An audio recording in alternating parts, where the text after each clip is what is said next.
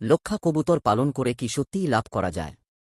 কম খরচে বেশি বাচ্চা, রোগ কম আর দ্রুত ব্যবসা, সবকিছু জানবেন আজকের ভিডিওতে। আপনি যদি নতুন হন বা পুরাতন খামারি, এই ভিডিও আপনার জন্য। আসসালামু আলাইকুম, আপনি দেখছেন মুরগি পালন চ্যানেল।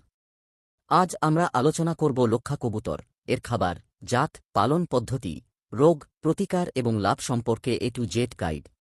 লক্ষা কবুতরের পরিচিতি। লক্ষা কবুতর দেখতে খুবই সুন্দর, সাধারণত সাদা রঙের হয় এবং লেজটা দাঁড়ানো থাকে, যা একে অন্যদের থেকে আলাদা করে। এই জাতের কবুতর খুব দ্রুত বাচ্চা দেয় এবং পালন করাও সহজ।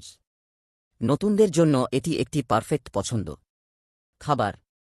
লক্ষা কবুতরের জন্য পুষ্টিকর খাবার খুবই গুরুত্বপূর্ণ।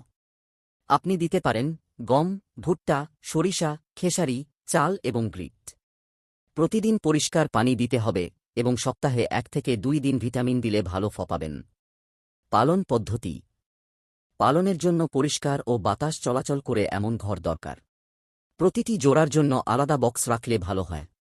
ঘর নিয়মিত পরিষ্কার রাখলে রোগ কম হয় এবং উৎপাদন বাড়ে। রোগ। লক্ষা কবুতরের সাধারণ রোগগুলোর মধ্যে আছে ডায়রিয়া, ঠান্ডা, কক্সিডিওসিস। লক্ষণ হিসেবে দেখা যায় খাবার না খাওয়া, দুর্বল হয়ে যাওয়া, পাতলা পায়খানা। প্রতিকার। রোগ দেখা দিলে দ্রুত ব্যবস্থা নিতে হবে। পরিষ্কার পানি, ভিটামিন এবং প্রয়োজন অনুযায়ী ওষুধ ব্যবহার করতে হবে। সবসময় খামার পরিষ্কার রাখলে রোগ অনেকটাই কমানো সম্ভব। লাভ। লক্ষা কবুতর পালন করে খুব সহজেই লাভ করা যায়। কম খরচে বেশি বাচ্চা দেয় এবং বাজারে এর চাহিদা ভালো। একটি জোড়া থেকে নিয়মিত বাচ্চা বিক্রি করে ভালো ইনকাম করা সম্ভব।